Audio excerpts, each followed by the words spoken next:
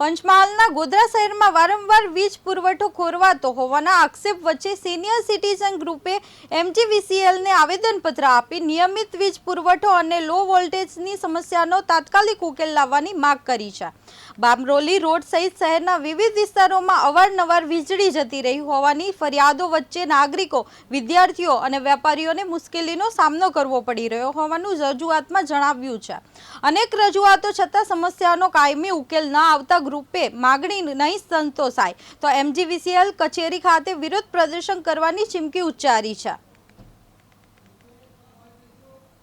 પત્ર મૂળ આપવાનું કારણ એ છે કે ગોધરામાં અને અમારા બામરોલી રોડ ખાસ લાઇટો બહુ જતું રહે છે અને વારંવાર અમે મુશ્કેલી અનુભવીએ છીએ। અમારે ત્યાં સિનિયર સિટીઝનો રહે છે, હોસ્પિટલો આવેલી છે, બાળકો ભણવાનું હોય છે અને આ લોકો પ્રી મોન્સૂન પ્રીનો અર્થ એવો સમજે છે કે જ્યારે વરસાદ આવે ત્યારે જ પ્રી મોન્સૂન કર્યું, પણ ખરેખર આ કાગળ ઉપર વરસાદ આવે ત્યાર પછી જ પ્રી મોન્સૂન ચાલુ કરે છે, ખોટું છે। એને વરસાદ આવતા પહેલા કામગીરી એમને ચાલુ કરવી હોય છે। ગમે તે અંદર વીજળીની અંદર બધા પેલા પાડા લટકેલા હોય છે, જેના લીધે ફોલ્ટ બી થાય છે। હમણાં સમ્રાટનગર આગળ અમારે ગાય ચોંટી ગઈ હતી, એના માટે મેં અધિક્ષક ઇજનેરને તેમજ કાર્યપાલક ઇજનેરને ફોન કર્યો હતો।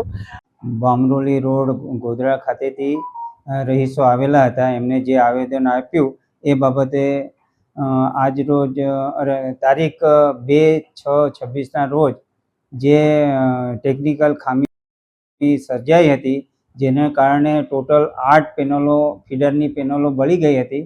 જેના ભાગરૂપે અમારા તરફથી જેટકોના એક્ઝિક્યુટિવ એન્જિનિયર, સુપ્રિન્ટેન્ડિંગ એન્જિનિયર જોડે કોઓર્ડિનેશન કરી અને રાત્રે આ પેનલો મંગાવી લેવામાં આવી હતી અને જેનું કામગીરી બીજા દિવસે પૂર્ણ કરી અને પાવર રાબેતા મુજબ કરી।